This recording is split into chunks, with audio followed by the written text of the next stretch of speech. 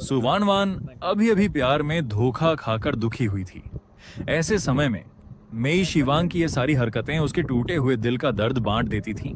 इसी वजह से बाद में जब भी मेई शिवांग उसके साथ ऐसी हरकतें करता, सुवान वान उसे पहले से ज्यादा बर्दाश्त करती। उसे लगता था कि जब वह सबसे ज्यादा दुखी थी तब मेई शिवांग ने ही उसका साथ दिया था।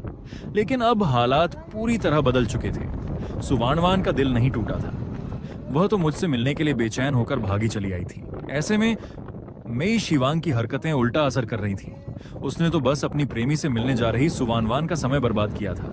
और फिर कल मैंने उसे बार बार समझाया भी था कि दूसरे लड़कों से दूरी बनाए रखे। हो सकता है अब सुवानवान को भी लगने लगा हो कि मेई शिवांग जानबूझकर उसके और उसके बॉयफ्रेंड के बीच आ रहा है। अपनी सारी बात कहने के बाद सुवानवान थोड़ा घबराकर मेरी तरफ देखने लगी। उसे लगता था कि उसने आज सब कुछ ठीक किया है, लेकिन लड़के कई बार चीजों को अलग नजरिए से देखते हैं और मैं तो वैसे भी सबसे अलग सोचता हूँ। मैंने उसकी घबराई हुई शक्ल देखी।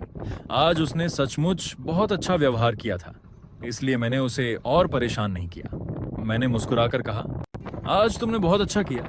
आखिर तुम दोनों बचपन से साथ बड़े हुए हो। मैं तुम्हें उससे मिलने से कभी नहीं रोकूंगा, लेकिन आज की तरह हमेशा अपने बीच एक साफ सीमा बनाए रखना।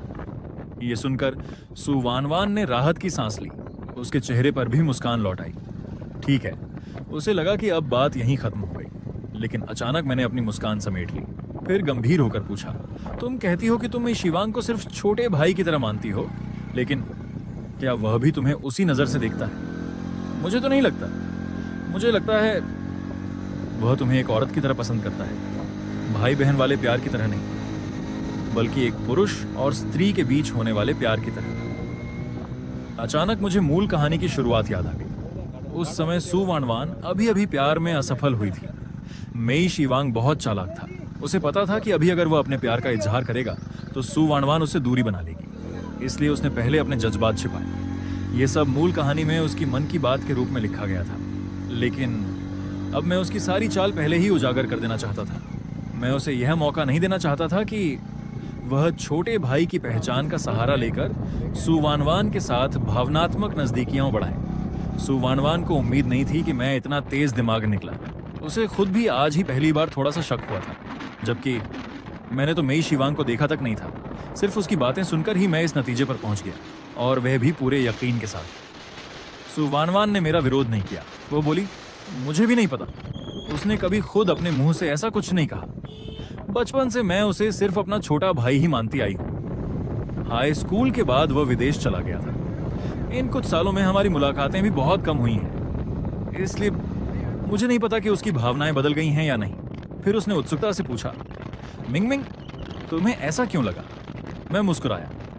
बहुत आसान है। सगे भाई बहन भी बड़े होने के बाद हर समय एक दूसरे से लिपटते नहीं रहते। ज्यादा से ज्यादा बहन के साथ बाजार जाते समय उसका हाथ पकड़ लेते हैं, लेकिन तुम्हारे कपड़े पहनना, वह भी इस तरह कि जैसे नीचे पैंट ही ना पहनी हो, और ये सब तब जब उसके अपने कपड़े भी मौजूद हों। ऊपर से सर्दियों के मौसम में तो साफ है उसके मन में तुम्हारे लिए भाई बहन वाला प्यार बिल्कुल नहीं है। जरा सोचो, अगर कोई लड़का खुद तुम्हारे कपड़े पहन ले, बार बार तुम्हें गले लगाने की कोशिश करे, तो उसका मतलब क्या होगा? जवाब तो बिल्कुल साफ है। मेरी बातें सुनकर सुवानवान को ऐसा लगा जैसे अचानक उसकी आंखें खुल गई हों। असल में वह खुद भी यह सब समझती थी, लेकिन उसके मन में मेई शिवांग की बचपन वाली छवि इतनी गहरी बैठी हुई थी कि वह आज भी उसे उसी छोटे लड़के की तरह देखती थी जो बचपन में हर समय उसके पीछे पीछे घूमता रहता था। इसलिए जब वह उसके करीब आने की कोशिश करता तो उसे बस इतना लगता कि यह बचपन की आदत है। अब जाकर उसे एहसास हुआ कि सचमुच वह खुद ही सच्चाई को नहीं देख पा रही थी। उसने मन ही मन फैसला किया, अब वह आज के मेई शिवांग की तुलना उसके बचपन वाले रूप से नहीं करेगी। सुवानवान के चेहरे पर हल्की सी शर्म झलक गई। उसने मेरी तरफ देखते हुए कहा, मेरे मम्मी पापा हमेशा मेई शिवांग के साथ बहुत अच्छा व्यवहार करते हैं। उसे अपने बेटे जैसा ही मानते हैं। शायद अभी वह छोटा है, इसलिए अपनी भावनाओं को लेकर उसे गलतफहमी हो गई है। मैं मौका देखकर उसे साफ साफ बात करूंगी और उसे दूरी भी बना लूंगी, लेकिन हमारे दोनों परिवारों के रिश्ते की वजह से मैं उसे पूरी तरह नजरअंदाज भी नहीं कर सकती। बचपन से ही उसकी तबीयत ठीक नहीं रहती थी और वह अक्सर अस्पताल जाता था। अगर सच में उसे कभी कोई बड़ी परेशानी हुई तो मैं उसकी मदद करने से मना भी नहीं कर सकती। फिर उसने मेरी आंखों में देखते हुए कहा, लेकिन मैं तुमसे वादा करती हूँ, मेरे दिल में सिर्फ तुम हो। मेरे लिए मेई शिवांग बस बचपन से साथ बड़ा हुआ पड़ोसी है, उससे ज्यादा कुछ भी नहीं। मैं जानता था कि अब सु वनवान को मेई शिवांग की भावनाओं का सच पता चल चुका था। उसने मुझसे वादा भी कर दिया था और मैं यह भी जानता था कि भविष्य में मेई शिवांग बार बार हमारी जिंदगी में आने वाला है। मैंने हल्के से अपनी उंगली उसके सीने पर टिका दी और थोड़ी नाराजगी दिखाते हुए कहा, ठीक है, मैं तुम्हें इजाजत देता हूं। अगर उसे सच में कोई बड़ी परेशानी हो तो तुम उसकी मदद कर सकती हो, लेकिन छोटी छोटी बातों के लिए बिल्कुल नहीं, वरना तुम्हारे जैसी खूबसूरत लड़की अगर उसकी इतनी परवाह करेगी तो वह तुम्हारा पीछा कैसे छोड़ेगा। सु वनवान पहले कहना चाहती थी कि मेई शिवांग छोटी छोटी बातों के लिए उसे परेशान नहीं करेगा, लेकिन अगले ही पल उसे बचपन याद आ गया। तब मेई शिवांग सच में हर समय उसके पीछे पीछे घूमता रहता था और अब तो वह विदेश से वापस भी आ चुका था। ऐसे में मुमकिन था कि वह अक्सर उससे मिलने आए। सु वनवान ने मेरा हाथ पकड़कर अपने होंठों से हल्के से चूम लिया, फिर मुस्कुराकर बोली, ठीक है, इतने साल विदेश में रहने के बाद वह छोटी छोटी परेशानियां खुद संभाल सकता है। अब मुझे अपने बॉयफ्रेंड का ख्याल रखना है, मेरे पास किसी और के लिए ज्यादा समय नहीं है। मैं मुस्कुराया। चलो अब सुपरमार्केट चलते हैं। मन ही मन मैंने राहत की सांस ली। एक और छोटी परेशानी टल गई थी। अब बस यही देखना था कि मेई शिवांग यह सब कितना सह पाएगा। कहीं वह अचानक अपना मानसिक संतुलन न खो बैठे। लगता है आने वाले दिनों में मुझे सु वनवान के साथ और भी ज्यादा रहना पड़ेगा। अगली सुबह मैं और सु वनवान दोनों ने एक ही समय पर अपना मोमेंट्स अपडेट किया। हम दोनों ने एक जैसी 9 तस्वीरों वाली पोस्ट डाली, बस कैप्शन अलग अलग थे। सु वनवान ने लिखा, बॉयफ्रेंड पूरी जिंदगी मेरा साथ देना, और मैंने लिखा, गर्लफ्रेंड अब तुम सिर्फ मेरी हो। इन 9 तस्वीरों में एक फोटो ऐसी थी जिसमें सु वनवान एप्रन पहनकर मेरे लिए खाना बना रही थी और मैंने उसकी पीछे से तस्वीर ली थी। एक तस्वीर उसने मेरी ली थी जब मैं सो रहा था, बाकी ज्यादातर हमारी साथ वाली तस्वीरें थीं। कहीं वह मेरे कंधे पर सिर रखे थी, कहीं हम एक दूसरे को गले लगाए हुए थे, कहीं वह मेरे गाल पर किस कर रही थी, और एक फोटो ऐसी भी थी जिसमें हमारी उंगलियां आपस में मजबूती से जुड़ी हुई थी। ये तस्वीर सु वनवान ने जिद करके पोस्ट में शामिल करवाई थी। कल जब उसने मुझे किस करके पूरी तरह शर्मिंदा कर दिया था, उसी दौरान उसने चुपके से यह फोटो खींच ली थी। उस तस्वीर में सिर्फ हमारे जुड़े हुए हाथ ही नहीं थे, बल्कि वह ब्रेसलेट भी साफ दिखाई दे रहा था जो उसने मुझे गिफ्ट किया था। वह हमारी मोहब्बत की निशानी थी, इसलिए उसका इस पोस्ट में होना जरूरी था। मुझे तो याद भी नहीं था कि यह फोटो कब ली गई थी। मैंने यही सोचा कि शायद उसने मेरे सो जाने के बाद खींची होगी। तस्वीर अच्छी लगी, इसलिए मैंने उसे पोस्ट में रहने दिया। पोस्ट अपलोड हुए सिर्फ 1 मिनट हुआ था और उस पर 10 से ज्यादा कमेंट आ चुके थे। हालांकि हम दोनों कॉलेज के चर्चित लोग थे, लेकिन हमारे सोशल मीडिया पर दोस्तों की संख्या बहुत ज्यादा नहीं थी। फिर भी उस समय लगभग सभी लोग मोबाइल चला रहे थे, इसलिए सबने हमारी पोस्ट तुरंत देख ली। यही मेरा मकसद था। मैं चाहता था कि हर किसी को सबसे पहले हमारे रिश्ते की खबर मिल जाए, ताकि बाद में कोई मेई शिवांग का साथ देकर उसे सु वनवान के करीब लाने की कोशिश न करे। भले ही अभी मेई शिवांग के सफल होने की कोई संभावना नहीं थी, लेकिन मुझे यह बिल्कुल पसंद नहीं था कि कोई हमारे रिश्ते में दखल देने की कोशिश करे। मैं दोनों के फोन हाथ में लेकर एक एक कमेंट पढ़ रहा था। सु वनवान की रूममेट्स तो पूरी तरह हैरान रह गईं। फिर उन्होंने मजाक करते हुए लिखा, इतनी बड़ी बात हमसे छिपा ली, हॉस्टल वापस आ, फिर तेरा हिसाब करेंगे। उधर मेरे रूममेट्स ने बस साधारण सा कंग्रेचुलेशंस लिख दिया। दोनों हॉस्टलों का अंतर साफ दिखाई दे रहा था। मुझे अपने रूममेट्स से ऐसी ही प्रतिक्रिया की उम्मीद थी, इसलिए मैंने उस पर ज्यादा ध्यान नहीं दिया। वैसे भी अब ज्यादा दिन उनके साथ रहने वाला नहीं था। मेरे लिए सिर्फ इतना जरूरी था कि वे 2 रूममेट्स इस रिश्ते के बारे में जान जाएं जिनकी सोच सही थी। अगर भविष्य में मेई शिवांग कोई परेशानी खड़ी करता तो कम से कम कोई मेरे पक्ष में भी खड़ा होगा। मुझे अफवाहों से डर नहीं लगता, लेकिन दुनिया में बहुत से लोग बिना सोचे समझे दूसरों की बातों पर यकीन कर लेते हैं, खासकर जब मामला गॉसिप का हो। यही लोग कभी कभी ऐसी बेवकूफ़ी कर बैठते हैं जिसकी किसी ने कल्पना भी नहीं की होती। अब तक मैं इस कहानी की शुरुआत ही पूरी तरह बदल चुका था, इसलिए अब सिर्फ ओरिजिनल कहानी पर भरोसा करना ठीक नहीं था। मुझे अपनी जानकारी जुटाने के नए रास्ते भी बनाने होंगे। मेरे वही 2 रूममेट्स इस काम के लिए सबसे अच्छे स्रोत बन सकते थे। इसके अलावा मैंने खास तौर पर सुवानवान के बचपन के दोस्तों के कमेंट पढ़ने शुरू किए। उनमें एक अमीर घर की लड़की भी थी जो सुवानवान और मेई शिवांग दोनों की कॉमन फ्रेंड थी। उसका कमेंट भी बाकी लोगों जैसा ही था, लेकिन तभी उसने अचानक लिखा, वैसे मेई शिवांग तो विदेश से वापस आ गया है। वान वान, क्या तुम उससे मिल चुकी हो? तो उसका कमेंट पढ़कर मैं कुछ देर सोचने लगा। मुझे याद आया कि मैं उससे एक बार मिला तो था, लेकिन ज्यादा याद नहीं था। तभी मैंने फिर से अपने दिमाग में मौजूद उस ओरिजिनल उपन्यास की यादें खंगालनी शुरू की, और तभी मुझे याद आया, ये लड़की तो कहानी की पहली सहायक दोस्त थी जो आगे चलकर मेई शिवांग की मदद करने वाली थी। असल में जूजी बहुत पहले ही समझ चुकी थी कि मेई शिवांग सुवानवान से प्यार करता है। उसने कई बार इशारों में सुवानवान को यह बात समझाने की कोशिश भी की थी, लेकिन सुवानवान हर बार उन इशारों को समझ ही नहीं पाई।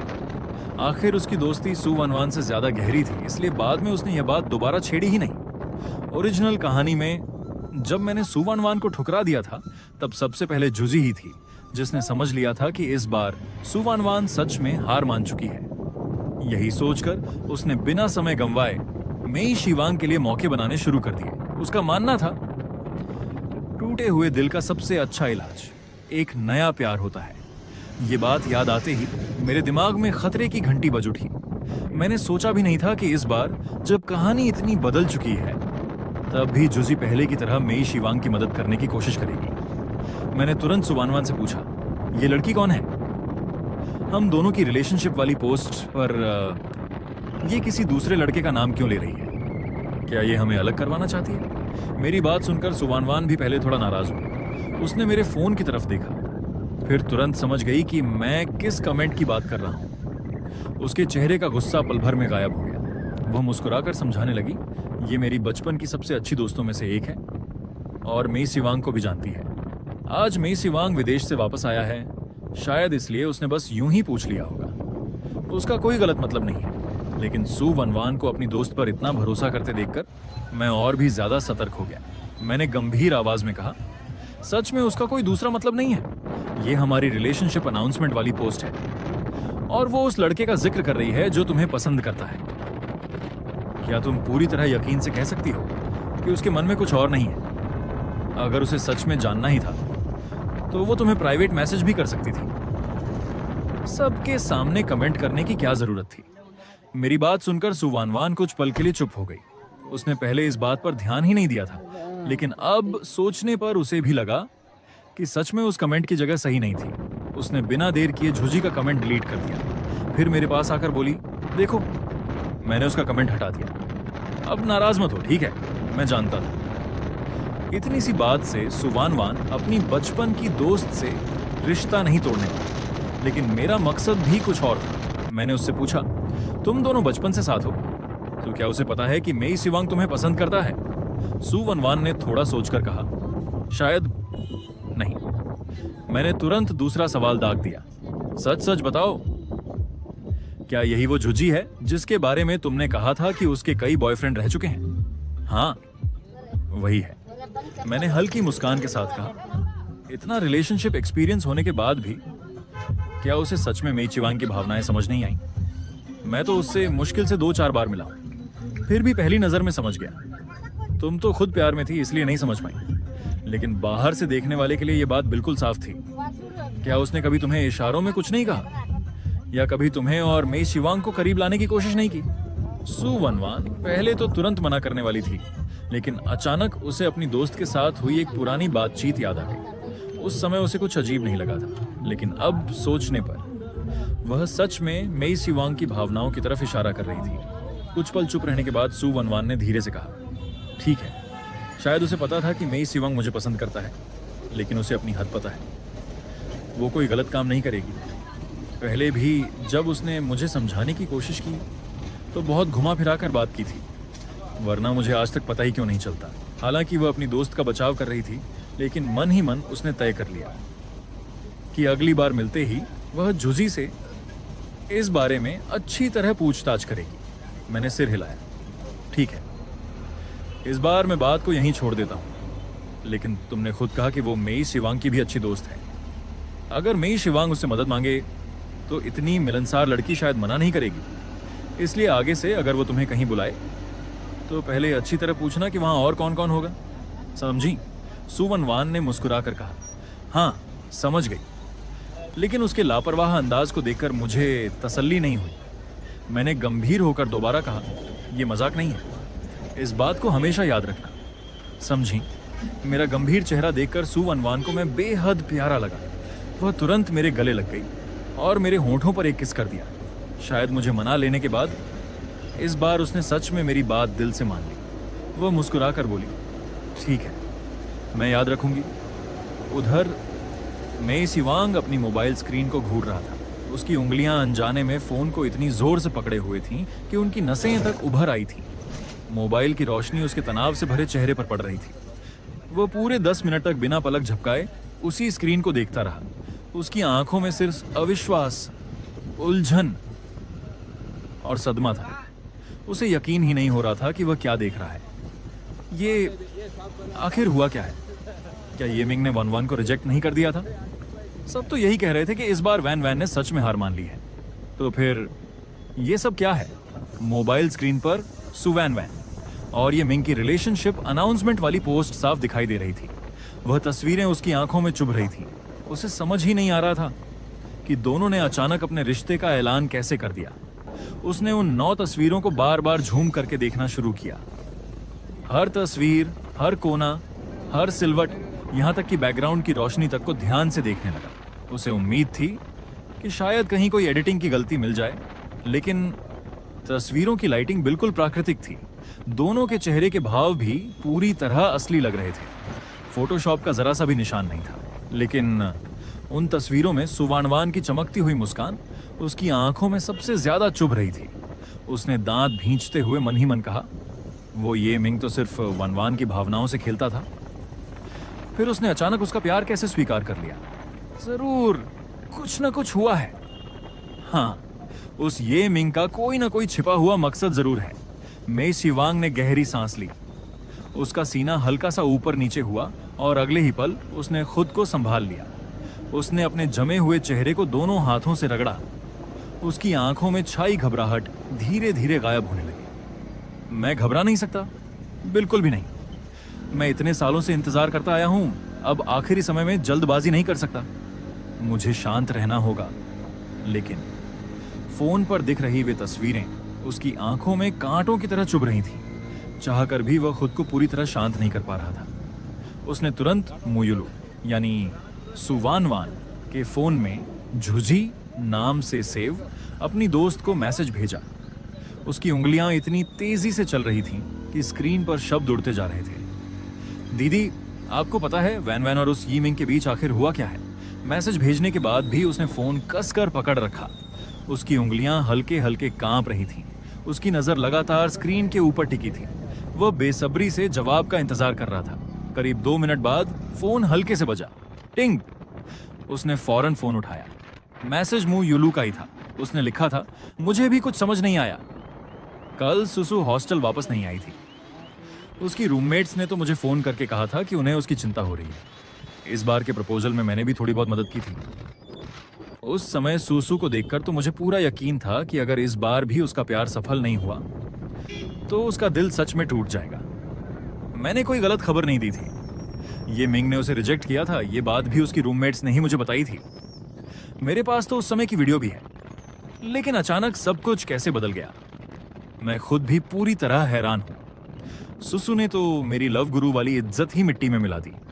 वैसे मैंने उसकी पोस्ट पर कमेंट किया था और उसमें तुम्हारा जिक्र भी किया था, लेकिन लगता है उसने मेरा कमेंट डिलीट कर दिया। मैसेज भेजते समय मु युलू मन ही मन बहुत कुछ सोच रही थी। असल में वह मेई शिवांग को सु वनवान से भी ज्यादा अच्छी तरह जानती थी। बचपन से सबके लाड़ प्यार में पला यह अमीर लड़का अंदर से बेहद जुनूनी और जिद्दी था। उसे विदेश भेजने की असली वजह पढ़ाई नहीं थी। असल मकसद उसके इस खतरनाक जुनून का इलाज करवाना था। इसीलिए मु युलू ने इतनी लंबी सफाई दी थी। वह बिल्कुल नहीं चाहती थी कि मेई शिवांग उसके पीछे पड़ जाए। ऐसी मानसिक बीमारी की बात कोई खुलेआम नहीं बताता, इसलिए सबने यही कहा था कि वह विदेश पढ़ने गया है। अपने पूरे दोस्ती के ग्रुप में मे शिवांग इकलौता लड़का था और सबका लाडला भी। मू युलू इतनी ताकतवर नहीं थी कि अकेले उसके खिलाफ खड़ी हो सके। वह सुवानवान जैसी नहीं थी। अब लग रहा नहीं असल में साइड। उसने अभी अभी देखा था कि उसका कमेंट डिलीट हो चुका है। सच कहें तो वह कमेंट लिखने का मकसद भी मेई शिवांग की थोड़ी मदद करना ही था। आखिर दोनों बचपन से साथ बड़े हुए थे। वह इतने सालों से मेई शिवांग को सुवानवान से प्यार करते हुए देखती आ रही थी। अब अचानक किसी और के साथ उसे देखकर उसे भी थोड़ा बुरा लगा था। लेकिन मजा तो आ रहा है गाइस। वह यूं ही खुद को लव गुरु नहीं कहती थी। वह कमेंट भी उसने जानबूझकर एक तरह की परीक्षा के तौर पर लिखा था। अब सुवनवान का रवैया देखकर उसे समझ आ गया था कि उसकी दोस्त अपना फैसला कर चुकी है, इसलिए अब वह बीच में दखल देने की हिम्मत नहीं कर सकती थी। कम से कम अभी तो बिल्कुल नहीं। इसलिए उसने मेई शिवांग को भी हल्का सा इशारा कर दिया। हालांकि उसे अच्छी तरह पता था कि मेई शिवांग इतना जिद्दी है कि शायद उसकी एक भी बात नहीं सुनेगा। जब वह किसी बात पर अड़ जाता था तो दीवार से सिर टकराने के बाद भी पीछे नहीं हटता था। लेकिन अब ये उसकी समस्या नहीं थी। जो करना था वह कर चुकी थी। बाकी फैसला मेई शिवांग को खुद लेना था। इसके बाद मू युलू ने वह वीडियो भी भेज दी जिसमें सुवानवान मुझे प्रपोज कर रही थी और मेरे मना करते ही गुस्से और दुख में हाथों का गुलदस्ता जमीन पर फेंककर वहां से चली गई थी। ये वीडियो भेजने का मकसद सिर्फ इतना था कि मेई शिवांग को यकीन हो जाए कि उसने उससे झूठ नहीं बोला। वीडियो भेजते ही मू युलू तुरंत चैट से बाहर निकल गई। उसे डर था कि कहीं मेई शिवांग उससे कोई ऐसा काम न कह दे जिसे वह मना भी न कर पाए। वैसे एक वजह यह भी थी कि उसे अभी भी ये मिंग और सुवनवान के रिश्ते पर पूरा भरोसा नहीं था, क्योंकि वह जानती थी सुवानवान ने आज तक ये मिंग को अपनी असली पारिवारिक पहचान नहीं बताई थी। आखिर गरीब लड़के और अमीर लड़की की प्रेम कहानी सिर्फ कहानियों में आसान लगती है। असल जिंदगी में दो अलग अलग सामाजिक हैसियतों के बीच की दूरी पार करना इतना आसान नहीं होता। वीडियो मिलते ही मेई शिवांग ने बिना एक पल गंवाए उसे खोल लिया। उसने वीडियो को बार बार रोककर हर एक फ्रेम ध्यान से देखना शुरू किया। सुवानवान के चेहरे के हर छोटे से छोटे भाव, यहाँ तक कि फूल जमीन पर फेंकते समय उसके हाथ की ताकत तक उसने गौर से देखी। मू युलू सही कह रही थी। उस वीडियो में सुवानवान की आंखों में सिर्फ निराशा और टूटन दिखाई दे रही थी। उसे अच्छी तरह जानने वाला कोई भी इंसान समझ सकता था कि उस पल उसने सचमुच ये मिंग को छोड़ देने का फैसला कर लिया था। लेकिन यही बात मेई शिवांग को और भी ज्यादा उलझा रही थी। वह सुवनवान को अच्छी तरह जानता था। एक बार वह कोई फैसला कर ले तो पूरी दुनिया भी उसे बदल नहीं सकती थी। उसे बिल्कुल विश्वास नहीं था कि ये मिंग में इतनी ताकत है कि वह सुवनवान का फैसला बदल दे। लेकिन सच्चाई उसकी आंखों के सामने थी। सुवनवान ने न सिर्फ अपना फैसला बदल लिया था, बल्कि अब वह ये मिंग के साथ रिश्ते में भी आ चुकी थी। रात की खामोशी में मेई शिवांग के दिल की जलन और नफरत बेल की तरह फैलती जा रही थी। उसे लग रहा था कि अब वह खुद पर काबू नहीं रख पाएगा। उसने जोर से अपने होंठ काट लिए। उसकी आंखों में एक खतरनाक चमक उभर आई। उसके नाखून हथेलियों में धंस गए, लेकिन उस दर्द से भी उसका दिमाग शांत नहीं हुआ। उसके मन में सिर्फ एक ही ख्याल घूम रहा था, ये मिंग इस दुनिया से गायब हो जाना चाहिए। उसने अपनी आंखें बंद की, बार बार गहरी सांसें ली। काफी देर तक खुद को शांत करने की कोशिश करने के बाद उसके भीतर का तूफान थोड़ा थमा। फिर उसने मू युलू को एक और मैसेज भेजा। जुजी, मैं अभी अभी विदेश से वापस आया हूँ। काफी समय हो गया सबसे मिले हुए। मेरे लिए एक छोटी सी गेट टुगेदर अरेंज कर दो। उधर मू युलू ने जैसे ही मेई शिवांग का मैसेज देखा, उसका दिल एक पल के लिए बैठ गया। उसे सच में डर था कि कहीं यह जिद्दी अमीर लड़का उससे कोई और मुश्किल काम ना करवा दे। उसने कुछ सेकंड तक हिचकिचाते हुए स्क्रीन को देखा, फिर सावधानी से मैसेज खोला। मैसेज पढ़ते ही उसने राहत की लंबी सांस ली और सीने पर हाथ फेरते हुए बोली, ओह, तो बस एक गेट टुगेदर की बात है। मैं तो डर ही गई थी, लगा फिर कोई नई मुसीबत खड़ी होने वाली है। वैसे भी अगर मेई शिवांग खुद यह बात नहीं कहता, तब भी वह उसके लिए वेलकम पार्टी रखने वाली थी। आखिर दोनों बचपन से साथ बड़े हुए थे। दोस्ती का फर्ज भी यही कहता था। इसलिए उसने तुरंत जवाब भेजा, ठीक है, ये काम मुझ पर छोड़ दो। उधर नए अपार्टमेंट में सुवानवान सोफे पर बैठी आराम से मोबाइल चला रही थी। तभी उसकी नजर जुजी के मैसेज पर पड़ी। मैसेज पढ़ते ही उसकी उंगली स्क्रीन पर रुक गई। उसके चेहरे पर बेबसी भरी मुस्कान आ गई। सच में ये मिंग सही कह रहा था। जूजी अभी भी मे शिवांग और मुझे मिलाने की कोशिश कर रही है, लेकिन वह बचपन की दोस्त भी थी और मे शिवांग अभी अभी विदेश से लौटा था। ऐसे में उसके स्वागत के लिए सबका मिलना कोई गलत बात भी नहीं थी। सुवानवान कुछ पल तक सोचती रही, फिर उसने वह मैसेज सीधे मुझे फॉरवर्ड कर दिया। उसने मन ही मन सोचा, अगर मिंग मिंग को यह बात पसंद नहीं है तो फैसला वही करेगा। अगर वह नहीं जाना चाहता तो हम कोई अच्छा सा बहाना बना देंगे और जूजी के हाथ मेई शिवांग के लिए एक बढ़िया सा गिफ्ट भेज देंगे। इससे बचपन की दोस्ती का फर्ज भी निभ जाएगा और मेरे मिंग मिंग भी नाराज नहीं होंगे। मैंने वेलकम पार्टी वाला मैसेज पढ़ा और तुरंत उसे ओरिजिनल कहानी की यादों से मिलाकर देखने लगा। अगले ही पल मैंने बेबसी से लंबी सांस छोड़ी। गया काम। यह तो बिल्कुल नया प्लॉट है, इसका तो कहानी में कोई जिक्र ही नहीं था। ओरिजिनल कहानी में जुजी ने सच में मेई शिवांग और सुवानवान की मुलाकात करवाई थी, लेकिन वह किसी प्राइवेट क्लब में नहीं बल्कि उनके किसी अमीर दोस्त के निजी हॉर्स रैंच पर हुई थी। उस समय मेई शिवांग ने जानबूझकर अपनी घायल कलाई का बहाना बनाया था। बाकी लोग भी खूब शोर मचाने लगे थे। सबने मिलकर सुवानवान से कहा था कि वह मेई शिवांग के साथ एक ही घोड़े पर बैठे ताकि दोनों थोड़ा और करीब आ सकें। असल में यह पूरा सीन सिर्फ मेई शिवांग की तरफ से था। सुवनवान के मन में उस समय ऐसा कुछ भी नहीं था, क्योंकि तब उसका दिल अभी अभी टूटा था। उसके मन में प्यार जैसी कोई बात ही नहीं थी। वह मेई शिवांग को सिर्फ बचपन का छोटा भाई समझती थी। उसे लगा कि उसका हाथ अभी ठीक नहीं हुआ है, इसलिए वह बस उसका ख्याल रख रही थी। यहाँ तक कि जब मेई शिवांग जानबूझकर घुड़सवारी के दौरान उसके और करीब आने की कोशिश करता, तब भी सुवनवान के मन में कोई रोमांटिक भावना नहीं जागती। उसे सिर्फ यही चिंता रहती कि कहीं उसका घायल हाथ फिर से चोटिल ना हो जाए। असल में लेखक ने यह पूरा सीन सिर्फ थोड़ा सा रोमांस दिखाने के लिए लिखा था। मेरा उस हिस्से में कोई रोल नहीं था, लेकिन घुड़सवारी सुनने में तो काफी मजेदार लग रही थी। अचानक मेरा भी मन करने लगा। मैंने सुवनवान की तरफ देखा।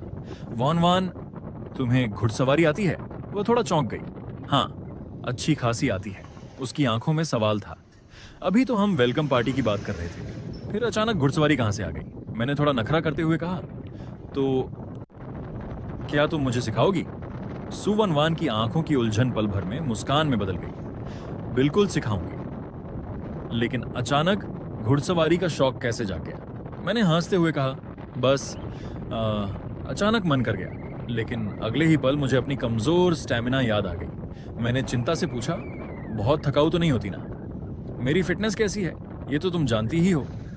अगर ज्यादा थकाऊ होगी तो मैं नहीं करूंगा। सुवनवान कुछ देर सोचने लगी। उसे याद आया कि मैं थोड़ा ज्यादा चल भी लूं तो थक जाता हूं। फिर उसने मुस्कुराकर कहा, तुम्हारी स्टैमिना के हिसाब से अगर सिर्फ 20 मिनट तक आराम से घोड़ा चलाओ बिना तेज दौड़ाए तो कोई दिक्कत नहीं होगी। मेरी आंखें चमक उठी। मैं खुशी से बोला, फिर तो तय रहा। जब मौसम अच्छा होगा तो मुझे घुड़सवारी कराने ले चलना। सुवनवान ने बिना सोचे तुरंत हामी भर दी। उसके चेहरे की खुशी छिप ही नहीं रही थी। उसके लिए यह हमारी पहली आधिकारिक डेट बनने वाली थी। रिश्ता शुरू होने के बाद हम दोनों पहली बार अकेले कहीं घूमने जाने वाले थे। उसने मन ही मन फैसला कर लिया कि वह इस डेट की पूरी तैयारी करेगी ताकि उसका मिंग मिंग इस दिन को कभी ना भूल सके। हम दोनों देर तक यूं ही बातें करते रहे। फिर अचानक मेरी नजर दोबारा मोबाइल पर गई। तभी मुझे वेलकम पार्टी वाली बात याद आई। अब मेरे और सुवानवान के बीच का रिश्ता काफी मजबूत हो चुका था और उस जुनूनी हीरो मेई शिवांग से मिलने का समय भी आ गया था। आखिर कब तक उससे बचता रहूं? आज नहीं तो कल सामना होना ही था। मैंने सुवानवान की तरफ देखकर पूछा, वैसे क्या मैं भी इस वेलकम पार्टी में चल सकता हूं? वहां आने वाले लोग तुम्हारे बचपन के दोस्त होंगे ना? अब मैं तुम्हारा बॉयफ्रेंड हूं, तो क्या मुझे भी उनसे मिल लेना चाहिए? सुवानवान ने बिना एक पल सोचे सिर हिला दिया। बिल्कुल, वहां आने वाले सभी लोग मेरे बचपन के दोस्त हैं। लेकिन अगर तुम्हारा मन नहीं है तो खुद पर जबरदस्ती करने की बिल्कुल जरूरत नहीं है। सुवानवान मुस्कुराकर बोली, तुम मेरे बॉयफ्रेंड हो, तुम्हें बस मुझे अच्छी तरह जानना चाहिए, बाकी लोगों को जानना जरूरी नहीं है। मैंने उसे तिरछी नजर से देखा और हंसते हुए कहा, अरे पहले तो कभी नहीं लगा कि तुम इतनी ज्यादा सेल्फ ऑब्सेस्ड हो। मेरी वो नजर देखते ही सुवानवान का दिल जोर से धड़क उठा। उसका आधा शरीर जैसे सुन्न हो गया। अगले ही पल उसने मेरा चेहरा दोनों हाथों से थाम लिया और मेरे गाल पर एक प्यारा सा किस कर दिया। हंसते हुए बोली, पहले तो तुम मेरे नहीं थे, इसलिए खुद को कंट्रोल करके रखना पड़ता था। अचानक मिले इस किस्से मैं भी चौंक गया। मैंने हल्के हल्के मुक्कों से उसके सीने पर 2-3 बार मारते हुए कहा, और एक बात मैंने और नोटिस की है, तुम्हारी बेशर्मी भी पहले से बहुत बढ़ गई है। सू वनवान हंस पड़ी। उसने मेरा हाथ पकड़कर अपने सीने पर रख लिया और बोली, अपने बॉयफ्रेंड को किस करना अगर बेशर्मी है तो फिर मैं खुशी खुशी बेशर्म हूं। मैंने अपना हाथ छुड़ाने की कोशिश की, लेकिन वह टस से मस नहीं हुई। आखिर में मैंने बस नखरे से मुंह फेर लिया। सू वनवान मुस्कुराकर बोली, ये हक तो मेरे मिंग मिंग ने खुद मुझे दिया है, तो मैं इसका पूरा फायदा क्यों ना उठाऊं। इतना कहकर उसने झुककर मेरे माथे पर एक और किस कर दिया। इधर हमारे बीच प्यार भरी नोकझोंक चल रही थी। कमरे की हवा तक मीठी लग रही थी, लेकिन उधर सू वनवान के पुराने अपार्टमेंट में माहौल बिल्कुल उल्टा था। पूरा कमरा भारी और घुटन भरे सन्नाटे से भरा हुआ था। मेई शिवांग सोफे पर बैठा दरवाजे को घूरे जा रहा था। समय जितना बीत रहा था, उसकी बेचैनी उतनी ही बढ़ती जा रही थी। इतनी रात हो गई, वान जे अभी तक वापस क्यों नहीं आई? जोजी ने तो कहा था कि उसने हॉस्टल में पूछ लिया है। आज वान जी हॉस्टल नहीं लौटेगी, तो फिर उसे यहीं आना चाहिए था ना। अब तक क्यों नहीं आई? जितना वह सोचता, उसके मन की बेचैनी उतनी ही गहरी होती जाती। धीरे धीरे चिंता की जगह जलन और नफरत ने ले ली। कहीं ऐसा तो नहीं वह अभी भी ये मिंग के साथ बाहर घूम रही है? आधा घंटा और बीत गया। रात के 10 बज चुके थे, लेकिन सू वनवान अब भी वापस नहीं आई। आखिरकार मेई शिवांग खुद को रोक नहीं पाया। उसने फोन उठाया और उसे कॉल कर दिया। उधर मुझसे गुड नाइट कहने के बाद सू वनवान अपने कमरे में पहुंची ही थी कि उसका फोन बज उठा। स्क्रीन पर मेई शिवांग का नाम देखकर उसने कॉल रिसीव कर ली। वह आराम से सोफे पर बैठ गई और बिल्कुल सामान्य आवाज में बोली, हेलो।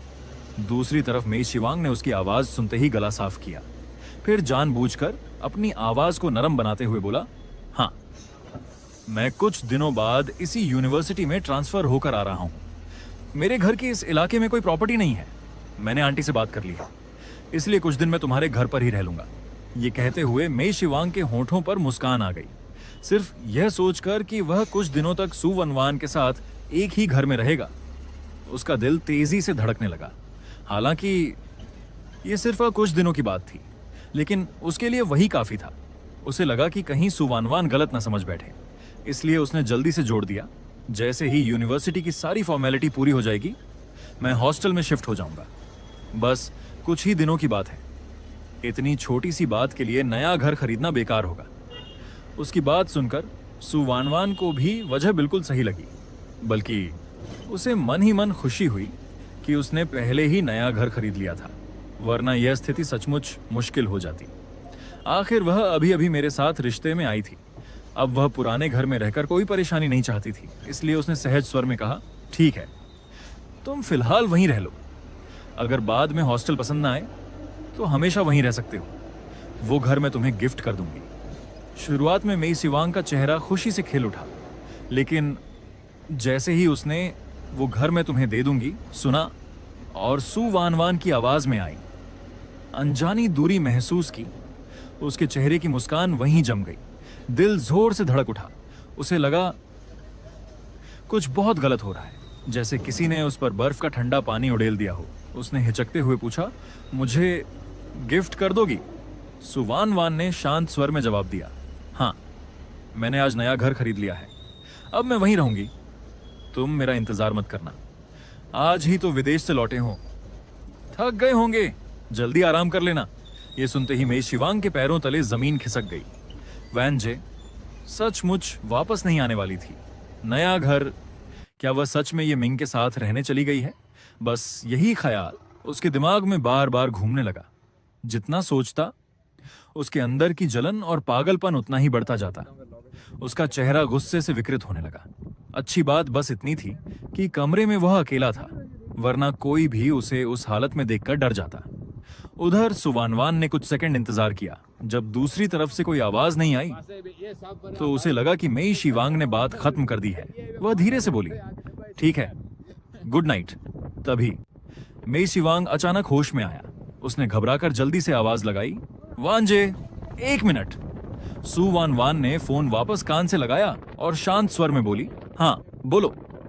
मेई शिवांग का दिमाग तेजी से चलने लगा। उसे किसी भी तरह सु वानवान के नए घर का पता जानना था। उसने तुरंत एक स्वाभाविक सा बहाना बनाया। अपनी बेचैनी छिपाते हुए बोला, वान जे, तुम्हारा नया घर कैसा है और वह कहाँ है? मेई शिवांग ने धीमी आवाज में कहा, अगर मेरे तुम्हारे घर में रहने की वजह से तुम्हें नया घर लेना पड़ा तो मुझे सच में बहुत बुरा लगेगा।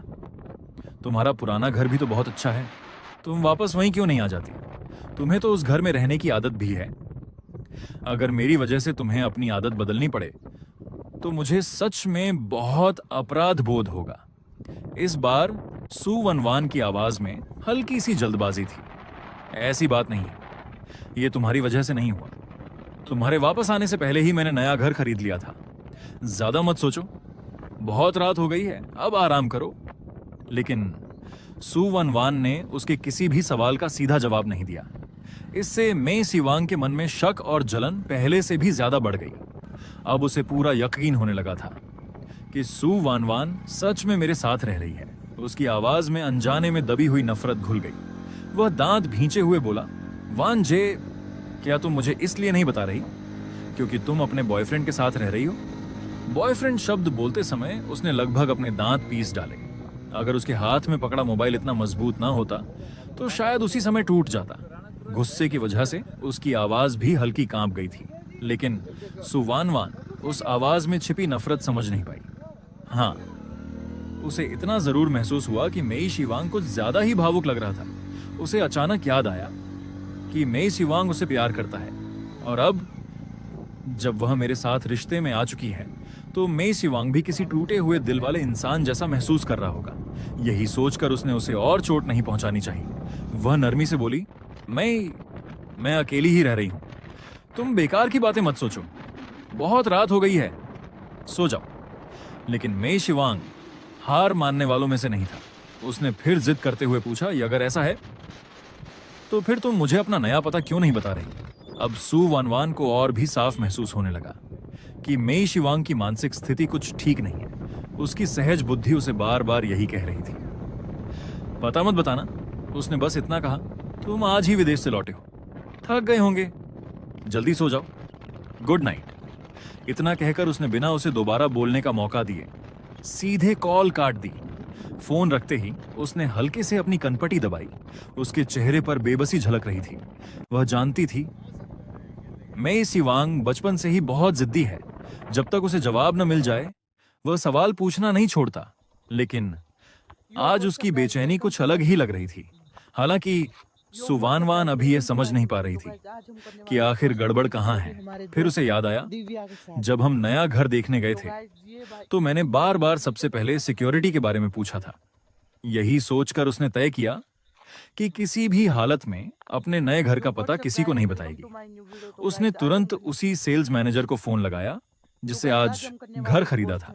उसने साफ कहा, मेरे और ये मिंग की प्रॉपर्टी की सारी जानकारी पूरी तरह गोपनीय रखिए। कोई भी आसानी से यह पता न लगा सके कि हमारा घर कहाँ है। सेल्स मैनेजर ने ज्यादा सवाल नहीं किए। आखिर इतने बड़े अमीर परिवारों की निजी जानकारी छिपाकर रखना आम बात थी। उसने सोचा, शायद मिस सु नहीं चाहती कि कोई उनकी निजी जिंदगी में दखल दे। वैसे भी आज उसी की वजह से उसने एक ही दिन में 2 महंगे फ्लैट बेच दिए थे। इतना बड़ा कमीशन मिलने वाला था तो कुछ मिनट ओवर टाइम करना उसके लिए कोई बड़ी बात नहीं थी। फोन रखते ही उसने तुरंत सिस्टम में सारी जानकारी सुरक्षित और गोपनीय कर दी। उस तरफ सेल्स मैनेजर खुशी खुशी ओवर टाइम कर रही थी, लेकिन इधर मेई शिवांग अपने लैपटॉप के सामने बैठा था। उसका चेहरा गुस्से से काला पड़ चुका था। वह पूरी ताकत से कीबोर्ड पर उंगलियां चला रहा था। टक टक टक, कीबोर्ड की तेज आवाज पूरे कमरे में गूंज रही थी, मानो हर बटन के साथ वह अपना गुस्सा निकाल रहा हो। असल में विदेश में रहते हुए उसने सिर्फ पढ़ाई ही नहीं की थी। सु वानवान के बारे में ज्यादा से ज्यादा जानकारी हासिल करने के लिए उसने आईटी और हैकिंग की भी गहरी ट्रेनिंग ली थी। आमतौर पर किसी की भी जानकारी निकालना उसके लिए बच्चों का खेल था। फोन कटने के बाद उसने खुद को कुछ मिनट शांत किया। फिर उसने सु वानवान के नए घर का पता ढूंढना शुरू कर दिया। उसने मन ही मन सोचा, अगर वह खुद नहीं बताएगी तो मैं अपनी काबिलियत से पता लगा लूंगा। मुझे नहीं लगता कि मेरी हैकिंग से एक छोटा सा पता भी नहीं निकलेगा, लेकिन 10 मिनट से ज्यादा कोशिश करने के बाद भी उसे कोई जानकारी नहीं मिली। स्क्रीन पर लगातार कोड चलते रहे, उसकी उंगलियां बिना रुके कीबोर्ड पर दौड़ती रहीं, लेकिन सुवानवान के नए घर का कोई रिकॉर्ड सामने नहीं आया। वह हैरान रह गया।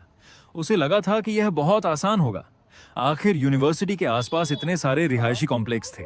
फिर भी उसे कुछ नहीं मिला। उसने शक के आधार पर कुछ सोसाइटियां चुनकर उनके सिस्टम में घुसने की कोशिश की, लेकिन हर सोसाइटी की सिक्योरिटी उम्मीद से कहीं ज्यादा मजबूत थी। उनके फायरवॉल बेहद उन्नत थे। यहां तक कि एक सोसाइटी के सिस्टम ने तो उसके हैकिंग प्रयास को पहचान लिया और एंटी ट्रेसिंग सिस्टम एक्टिव हो गया। मेई शिवांग घबरा गया। उसने तुरंत सारे ऑपरेशन बंद कर दिए ताकि उसके पीछे कोई डिजिटल निशान न छूट जाए। आज का पूरा दिन उसके लिए बेहद खराब साबित हो रहा था। आखिरकार वह अपना गुस्सा रोक नहीं पाया। उसने कमरे की चीजें उठाकर इधर उधर फेंकना शुरू कर दिया। वैसे भी सु वानवान, वह घर उसे गिफ्ट कर चुकी थी। उसे लगा अब चाहे वह घर तोड़ दे, कोई उसे रोकने वाला नहीं है। काफी देर तक गुस्सा निकालने के बाद पूरा कमरा बिखर चुका था। तब जाकर उसका दिमाग थोड़ा शांत हुआ। उसने खुद को समझाया, कोई बात नहीं, अब मैं वापस देश आ चुका हूं, मेरे पास बहुत समय है। 3 दिन बाद मैं सुवानवान से आमने सामने मिल ही जाऊंगा। मुझे जल्दबाजी नहीं करनी चाहिए। 3 दिन बाद शहर के एक हाई एंड प्राइवेट क्लब को आज पूरी तरह बुक कर लिया गया था। वजह थी मेई शिवांग के स्वागत की पार्टी। मेई शिवांग को अपनी शक्ल सूरत पर जबरदस्त भरोसा था। आज उसका मकसद सिर्फ मुझसे ज्यादा हैंडसम दिखना नहीं था, बल्कि मुझे पूरी तरह दबा देना था, ताकि सुवनवान एक नजर में समझ जाए कि उसका यह तथाकथित बॉयफ्रेंड उसके सामने कुछ भी नहीं है। इसीलिए मेई शिवांग ने पूरे 2 घंटे लगाकर खुद को तैयार किया। रोशनी के नीचे खड़ा वह ऐसा लग रहा था मानो उस पर खुद स्पॉटलाइट पड़ रही हो। वह जानता था कि उसकी सबसे बड़ी ताकत उसकी पर्सनैलिटी है, इसलिए आज उसने उसी को और भी आक्रामक अंदाज में पेश किया। आज का मुख्य मेहमान होने के कारण वह सबसे पहले क्लब पहुंच गया। उसका इरादा था कि सबसे पुराने दोस्तों से मिले और यह भी देखे कि आज कौन कौन उसकी मदद कर सकता है, खासकर उसकी कजिन शेन नानशुआंग, जो आज की पूरी योजना में उसका साथ देने वाली थी। जब से उसे पता चला था कि सु वानवान मुझे भी साथ लेकर आने वाली है, तभी से वह सोच रहा था कि मुझे सबके सामने कैसे शर्मिंदा किया जाए, ताकि मुझे साफ समझ आ जाए कि मैं और सु वानवान कभी एक ही दुनिया के लोग नहीं हो सकते। अगर मैं खुद ही पीछे हट जाऊं तो शायद आगे चलकर वह मेरे साथ थोड़ा नरम व्यवहार करे। हालांकि वह मुझे एक ही दिन में पूरी तरह हराना चाहता था, लेकिन उसने खुद को समझाया कि आज का असली मकसद सिर्फ मुझे पहली चेतावनी देना है।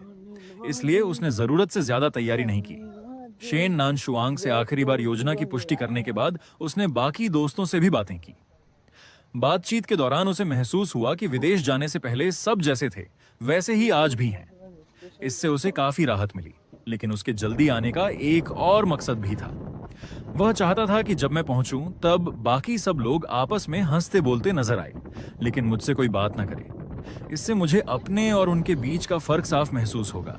शायद सुवानवान भी उस समय मेरी भावनाओं पर ज्यादा ध्यान न दे और मैं खुद ही असहज होकर कोई तमाशा कर बैठूं। मेई शिवांग ने ऐसे कई रिश्ते टूटते हुए देखे थे। उसकी नजर में मैं भी वैसा ही लड़का था। दूसरों से बातें करते हुए भी उसकी नजर बार बार दरवाजे पर चली जाती। बीच बीच में वह शेन नानशुआंग से पूछता कि आज उसका लुक कैसा लग रहा है। हर बार तारीफ मिलने के बाद ही उसे थोड़ी तसल्ली मिलती। उधर मुयुलू ये सब देख रही थी। उसने मुस्कुराकर शेन नानशुआंग से ग्लास टकराया। दोनों एक दूसरे की योजना अच्छी तरह समझती थीं।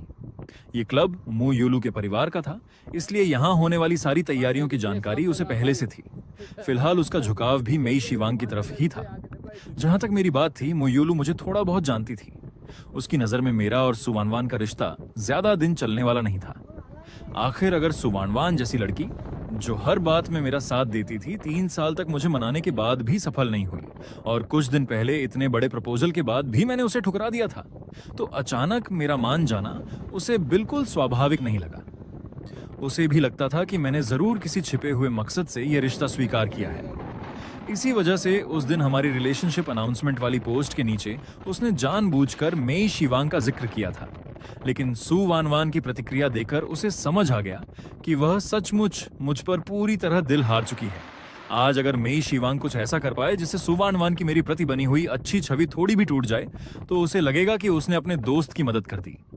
उसी समय दरवाजा खुला। एक महिला स्टाफ ने दरवाजा खोला और सुवानवान मेरा हाथ थामे अंदर आई। पूरा हॉल एक पल के लिए बिल्कुल शांत हो गया। आज सुवानवान ने गहरे स्लेटी रंग का कैजुअल सूट पहना था, जबकि मैंने हल्के स्लेटी रंग का कैजुअल सूट पहन रखा था। मेरी कलाई पर वही घड़ी थी जो सुवानवान ने मुझे गिफ्ट की थी, लेकिन मैंने उसे जानबूझकर अपनी शर्ट की बाह के ऊपर पहना था ताकि अंदर आते ही सबकी नजर सबसे पहले उसी पर पड़े। यह देखकर मेई शिवांग के चेहरे की मुस्कान पल भर में गायब हो गई। उसकी उंगलियां इतनी जोर से भींच गईं कि हथेलियों में निशान पड़ गए। उसकी नजरें बस हमारे जुड़े हुए हाथों पर टिकी थी। उसे ऐसा लग रहा था जैसे अपने ही दांत पीसने की आवाज सुन सकता हो। तभी मू यूलू ने हल्की खांसी के साथ माहौल संभाला। सुसु मिस्टर ये, आइए, हम सब आपका ही इंतजार कर रहे थे। सुवानवान ने हल्का सा सिर हिलाया और धीरे धीरे मुझे वहां मौजूद सभी लोगों से मिलवाने लगी। सबसे औपचारिक अभिवादन करने के बाद हम सोफे पर बैठ गए। मेई शिवांग तो सुवानवान के बिल्कुल पास बैठना चाहता था, लेकिन आज मैंने जानबूझकर एक शांत और शर्मीले इंसान का किरदार अपनाया था। मैंने सीधे सुवानवान का हाथ पकड़कर उसे अपने साथ सबसे किनारे वाली सीट पर बैठा लिया, जिससे मेई शिवांग को जरा भी मौका नहीं मिला। मैं उसके कान के पास झुककर धीरे से बोला, कल रात शायद मेरी नींद ठीक से नहीं हुई। अभी थोड़ा सुस्त महसूस कर रहा हूँ। तुम आराम से अपने दोस्तों से बातें करो, मेरी चिंता मत करना। मैं बस थोड़ा तुम्हारे सहारे टिककर आराम कर लेता हूँ। सुवानवान ने तुरंत चिंता से मेरी तरफ देखा। तुम ठीक तो हो? अगर तबीयत ज्यादा खराब है तो हम अभी वापस चल सकते हैं। मैंने मुस्कुराकर सिर हिला दिया। नहीं, अभी ठीक हूँ। अगर सच में ज्यादा परेशानी हुई तो मैं तुम्हें बता दूंगा। असल में मुझे डर था कि कहीं वह यांडेरे में शिवांग ज्यादा भड़क कर मेरे साथ कोई खतरनाक हरकत न कर बैठे। सुवानवान ने देखा कि मैं सचमुच किसी तरह की जबरदस्ती या असहजता महसूस नहीं कर रहा हूं, इसलिए उसने कुछ नहीं कहा, बल्कि उसने अपनी बैठने की पोजीशन ही बदल ली ताकि मैं उसके कंधे पर और आराम से टेक सकूं। उसकी ये परवाह देखकर मैं मुस्कुराया और उसे एक मीठी सी मुस्कान दी। लेकिन सामने बैठा मेई शिवांग ये सब देखकर अंदर ही अंदर जल रहा था। उसके चेहरे का रंग ऐसा हो गया था मानो अभी पानी टपक पड़े। अगर उसके बगल में बैठी शेन नानशुआंग उसे हल्का सा धक्का देकर संभालती नहीं तो शायद उसके चेहरे पर छिपा गुस्सा सबके सामने आ जाता।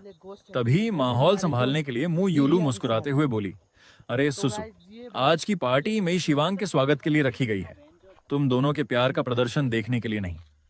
मुझे तो याद है बचपन में तुम्हारी और शिवांग की सबसे ज्यादा बनती थी। इतने साल बाद मिले हो, यकीनन तुम दोनों के पास बातें करने के लिए बहुत कुछ होगा। मू यूलू की बात सुनते ही मेई शिवांग ने भी तुरंत चेहरे पर एक मीठी मुस्कान ला दी। उसने अभी अभी देखा था कि मैं भी सुवानवान के सामने ऐसे ही मुस्कुरा रहा था। हालांकि उसने कभी नहीं सोचा था कि मैं उसकी कल्पना से भी ज्यादा आकर्षक दिखूंगा। सबसे बड़ी बात, मैं उससे बिल्कुल अलग तरह का इंसान था। यानी शायद उसका चेहरा सुवानवान की पसंद ही नहीं था।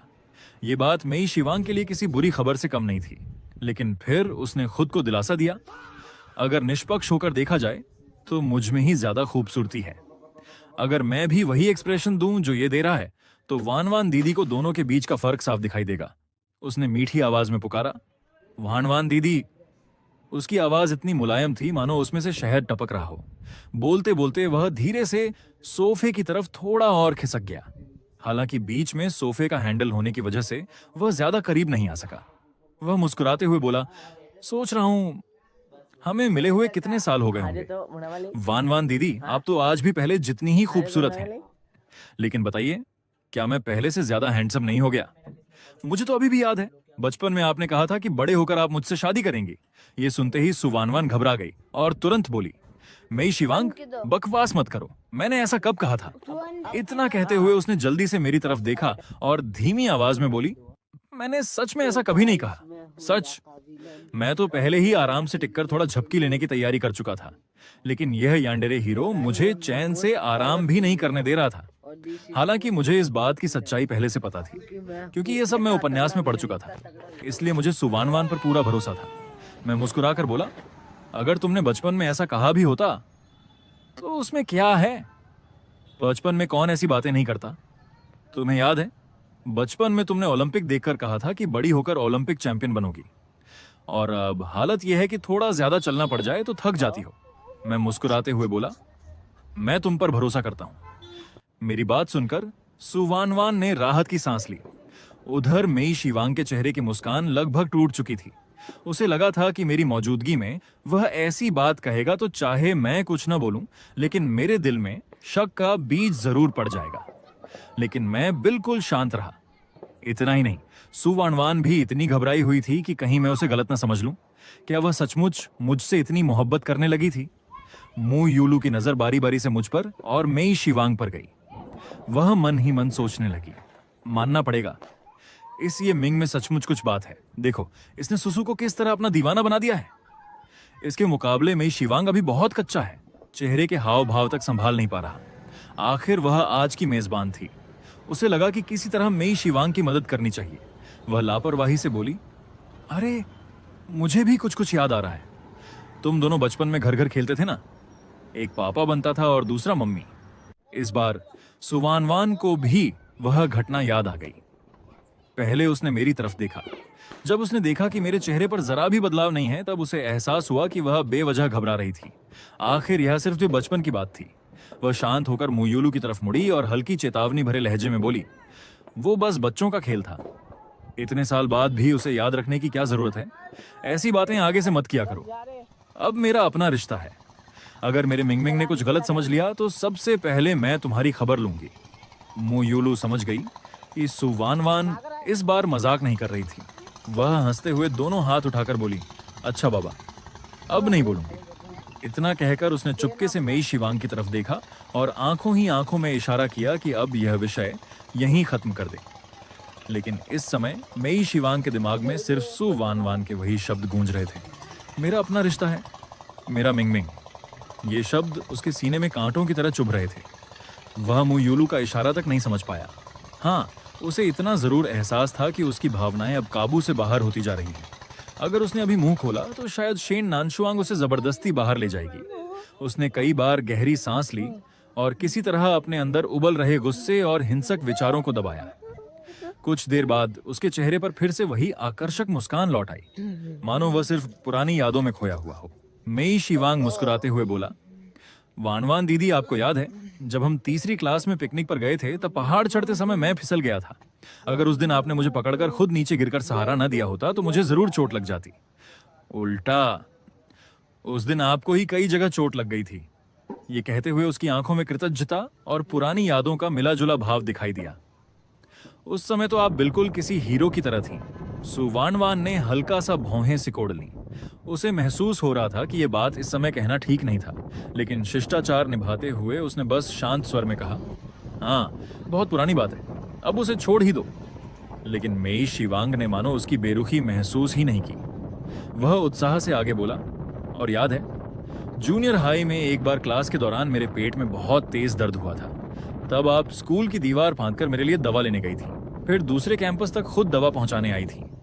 इसके बाद उसने अचानक अपनी कजिन शेन नानशुआंग की तरफ देखा और मुस्कुराकर बोला, दीदी जरा वानवान दीदी से सीखिए, आप तो मेरी अपनी कजिन हैं, लेकिन कभी इन्होंने जितना मेरा ख्याल नहीं रखा। उसने बड़ी चालाकी से बात को शेन नानशुआंग की तरफ मोड़ दिया। उसकी असली योजना यही थी। वह सबके सामने ऐसा माहौल बनाना चाहता था कि जैसे यह पूरी पार्टी सिर्फ उन बचपन के दोस्तों की साझा यादों से भरी हुई हो, ताकि मैं वहां सबसे अलग और असहज महसूस करूं। शेन नानशुआंग ने उसकी नजर समझ ली। हालांकि उसे लग रहा था कि माहौल अब उनकी योजना से थोड़ा अलग दिशा में जा रहा है। फिर भी वह मुस्कुराकर बोली, तुम भी कमाल हो। मुझे तो पूरे नाम से बुलाते हो, लेकिन सुसु को हमेशा दीदी कहते हो। मैंने ये सब शांत होकर देखा। सच कहूं तो मुझे इन पुरानी बातों से कोई फर्क नहीं पड़ता था। जो बीत गया वह बीत गया। बार बार पुराने रिश्तों और यादों को पकड़कर बैठना सिर्फ खुद को और अपने आसपास के लोगों को परेशान करता है।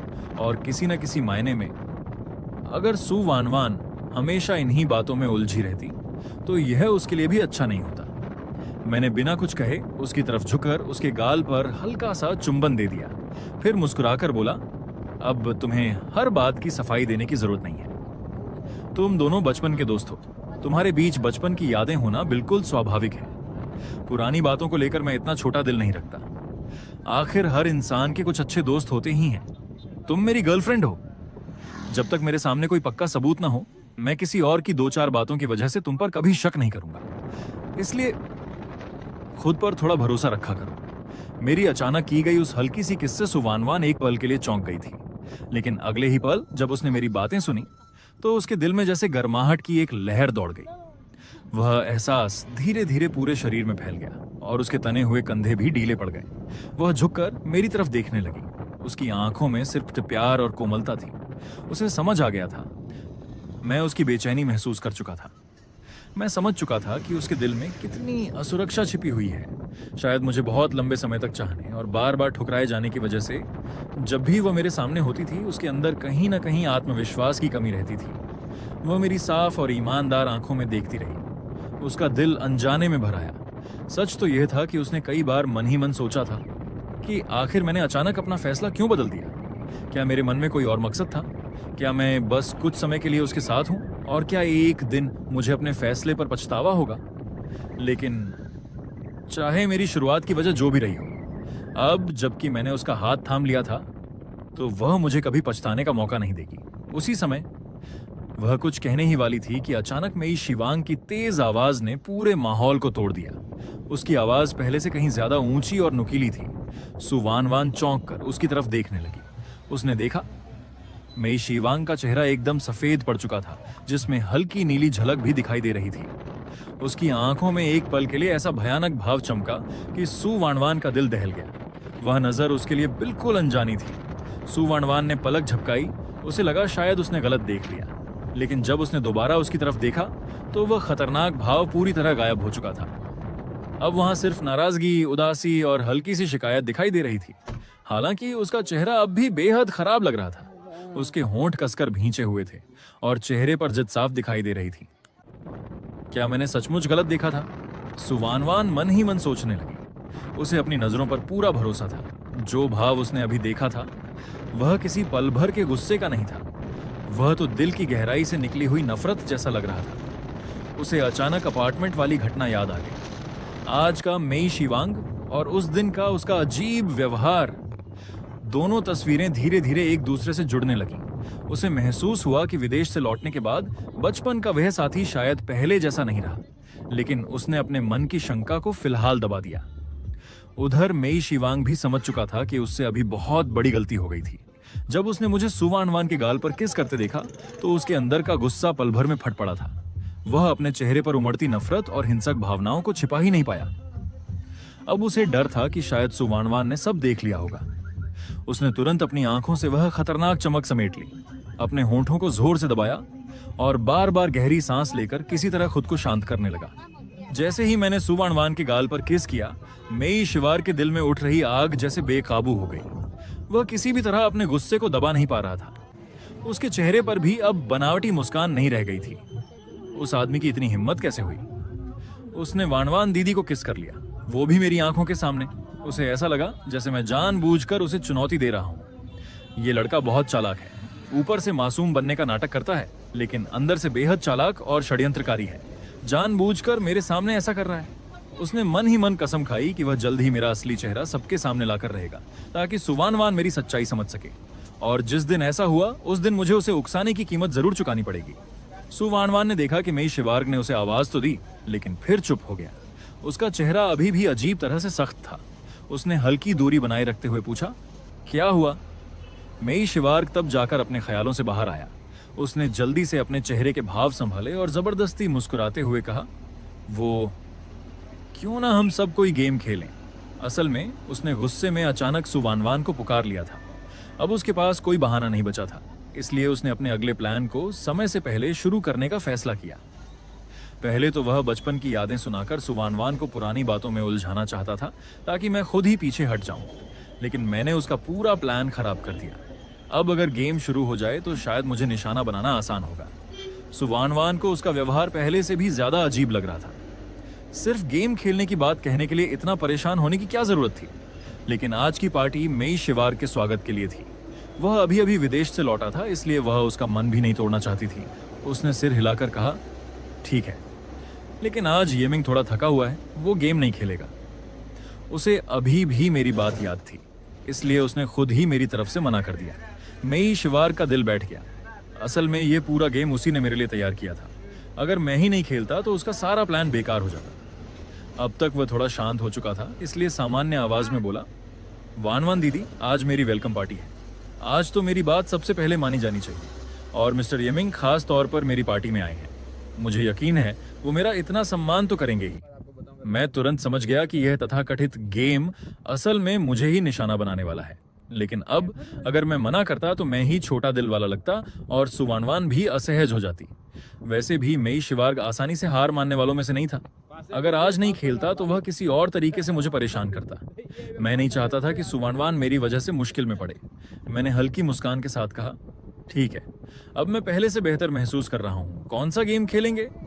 मेई शिवार की आंखों में एक पल के लिए जीत की चमक दिखाई दी, लेकिन उसने सामान्य स्वर में कहा, साधारण सा ट्रूथ एंड डेयर। मिस्टर यमिंग, घबराइए मत।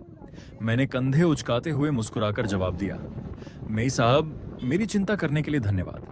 मैं बिल्कुल नहीं घबराता, और अगर गेम में मैं हार भी गया तो मेरे पास सुवानवान है ना।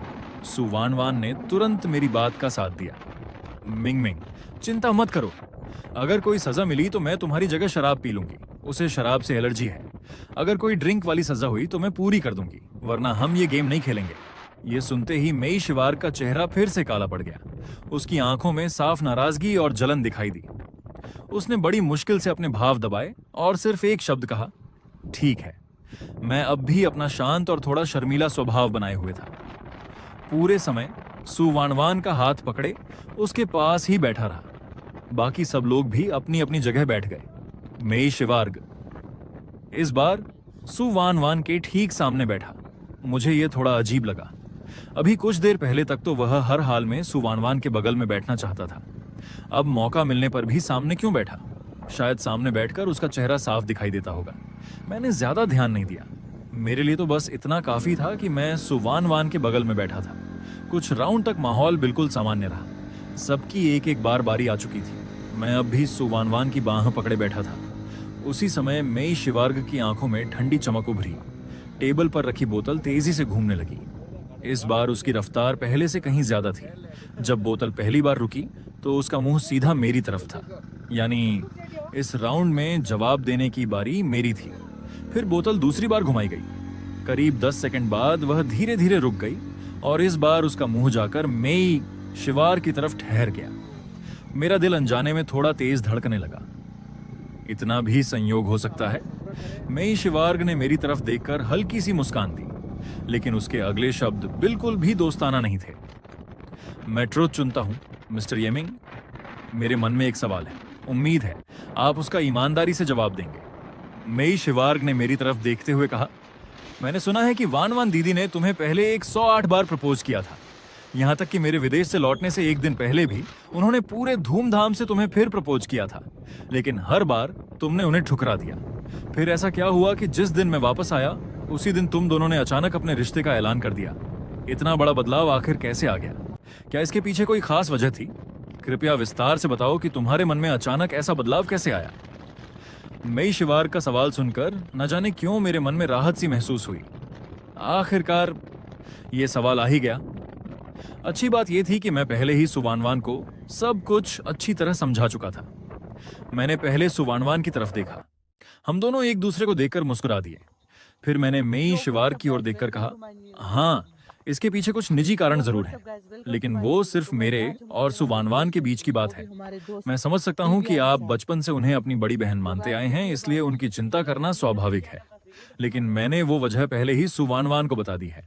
जहां तक उसकी बारीकियों की बात है, वो हमारी निजी बात है, इसलिए मैं उन्हें सार्वजनिक नहीं कर सकता, वरना आप लोग फिर यही कहेंगे कि हम सबके सामने प्यार दिखा रहे हैं। मैं हल्का सा मुस्कुराया और आगे बोला, लेकिन गेम के नियमों का पालन करना भी जरूरी है, इसलिए मेरा जवाब यही है कि हाँ, इसके पीछे कुछ खास वजह थी। मैं उसे विस्तार से नहीं बता सकता। बस इतना कह सकता हूं कि उस समय मेरा उसे ठुकराना मेरे दिल की असली भावना नहीं थी। मेरे जवाब के बाद सामने रखा लाई डिटेक्टर बिल्कुल शांत रहा। उसने यह साबित कर दिया कि मैंने जो कहा वह पूरी तरह सच था। हालांकि सुवानवान पहले से ही मुझ पर भरोसा करती थी, लेकिन प्यार में इंसान के मन में थोड़ा बहुत डर तो रह ही जाता है। अब उसके दिल में बची हुई आखिरी बेचैनी भी पूरी तरह खत्म हो गई।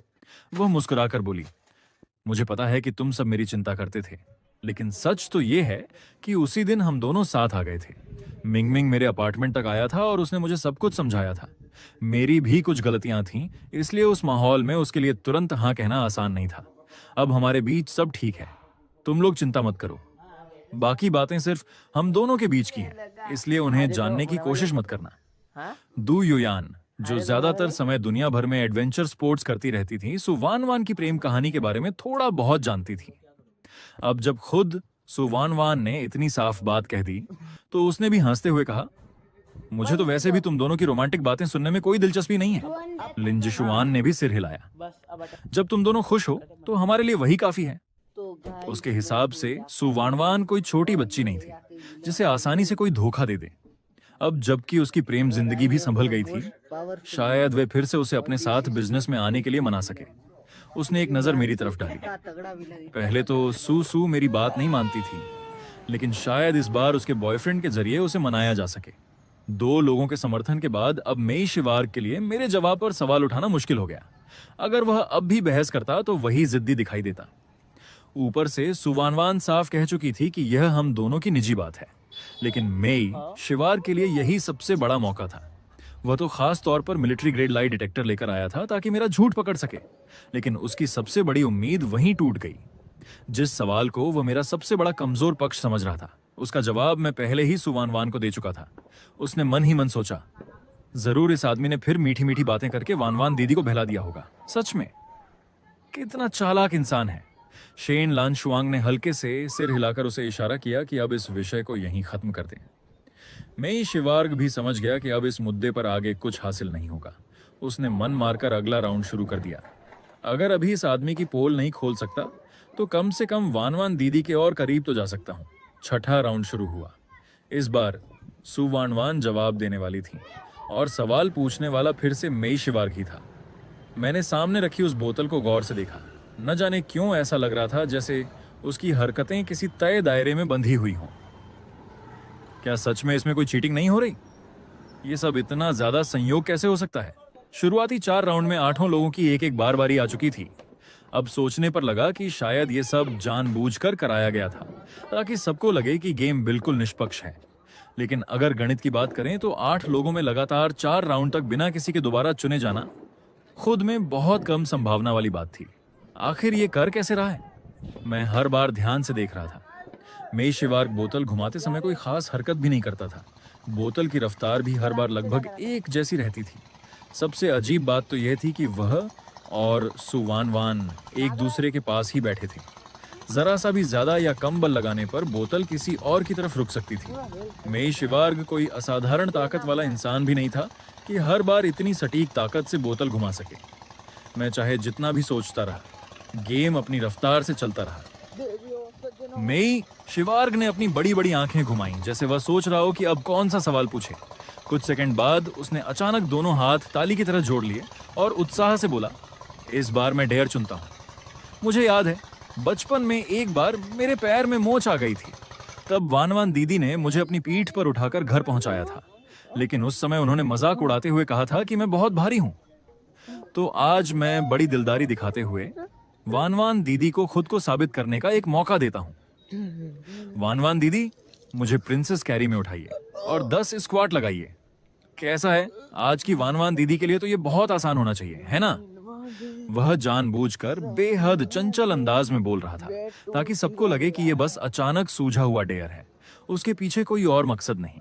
साथ ही उसने फिर बचपन की बातें छेड़ दी ताकि सबको उनके पुराने करीब होने का एहसास हो।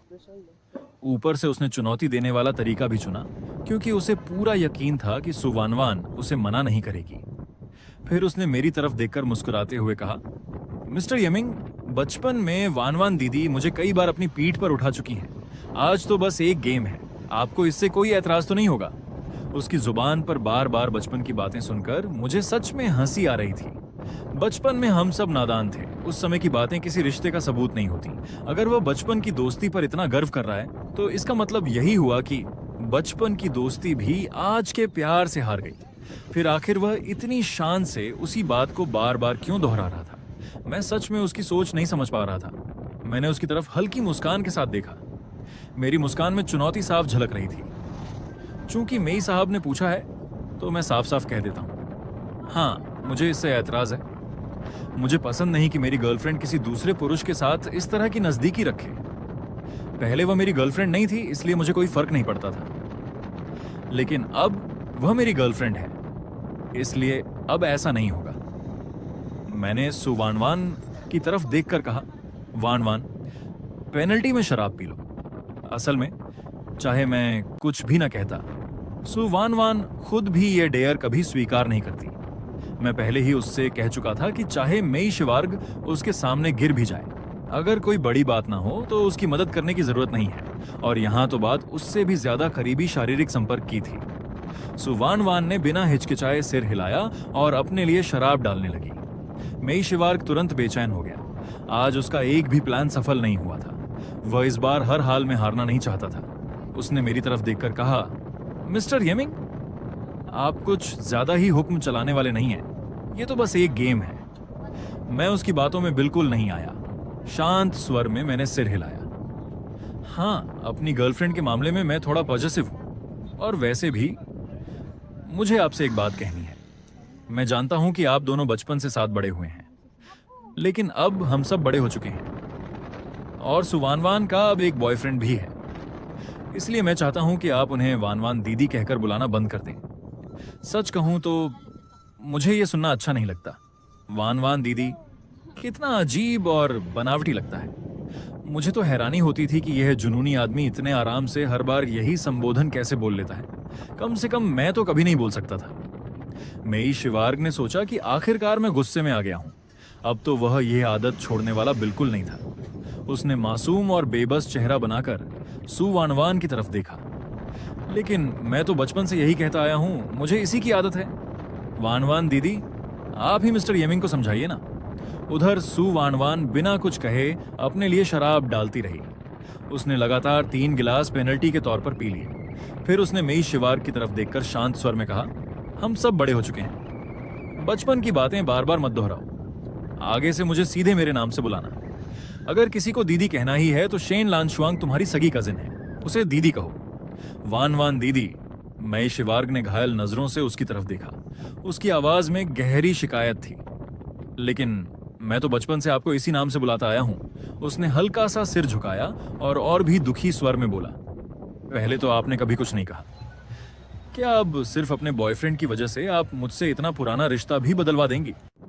मुझे तो इस नाम की आदत पड़ चुकी है। क्या इसे बदलना जरूरी है? फिर उसने एक नजर मेरी तरफ डाली। मिस्टर येमिंग को अभी यह अजीब लग रहा होगा। कुछ दिन बाद खुद ही आदत हो जाएगी। वैसे भी आदत तो किसी एक को बदलनी ही है। मिस्टर येमिंग मुझसे बड़े हैं, वो थोड़ा समझौता नहीं कर सकते?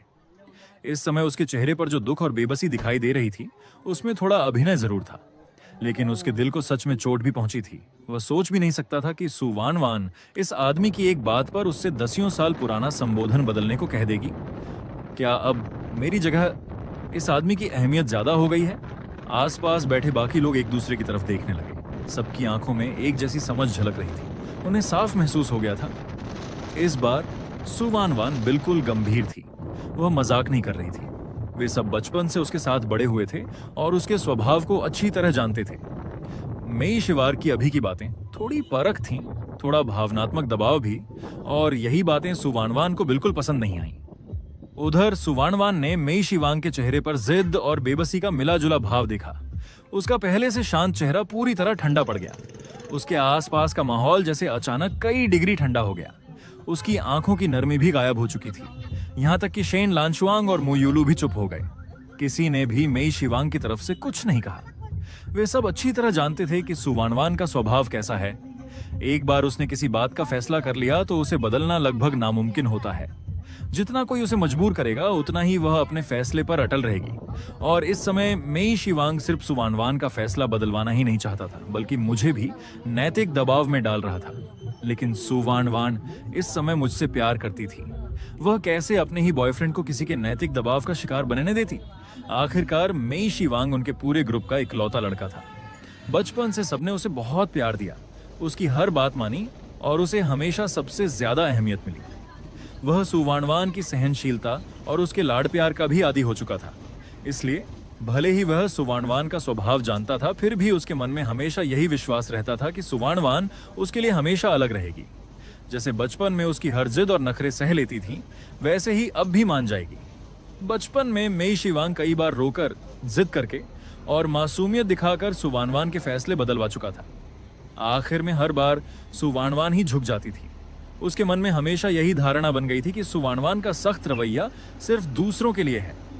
उसके लिए तो वह हमेशा थोड़ा ज्यादा धैर्य और थोड़ा ज्यादा प्यार रखेगी। लेकिन उसने कभी यह नहीं सोचा कि उस समय सुवानवान खुद भी एक बच्ची थी। उसके पास ना ताकत थी और ना ही फैसला लेने की आजादी।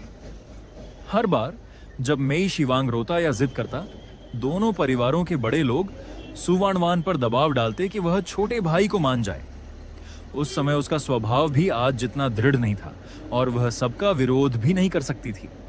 इसलिए उसे बार बार समझौता करना पड़ता था। लेकिन अब सब बदल चुका था। सुवानवान बड़ी हो चुकी थी। उसके अपने विचार थे, अपनी क्षमता थी। अब कोई भी उसे मजबूर नहीं कर सकता था और न ही आसानी से उसका फैसला बदल सकता था। मेई शिवांग कई साल विदेश में रहा, इसीलिए वह सुवानवान के इस नए स्वभाव को समझ ही नहीं पाया। उसे पूरा भरोसा था कि उसने इतनी दुखी शक्ल बना ली है, इतना आहत दिख रहा है, तो वान बहन जरूर पिघल जाएंगी और बचपन की तरह फिर उसकी बात मान लेंगी। दूसरी तरफ भले ही मेई शिवांग मुझे भी इस पूरे मामले में घसीट चुका था, लेकिन मैं बस चुपचाप बैठा रहा। मेरे होंठों पर हल्की सी मुस्कान थी।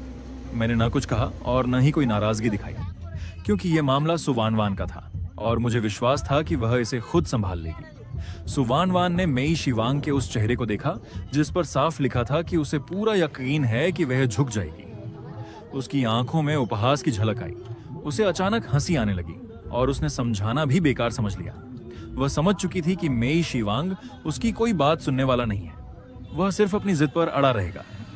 सुवानवान ने ठंडी आवाज में कहा, अगर तुम्हें इतना ही कहना है तो कहो। यह सुनकर मेई शिवांग की आंखों में तुरंत खुशी की चमक आ गई। उसके होंठों पर मुस्कान तैर गई। उसने मन ही मन सोचा, देखा, वान बहन आखिर मेरे लिए अलग ही हैं।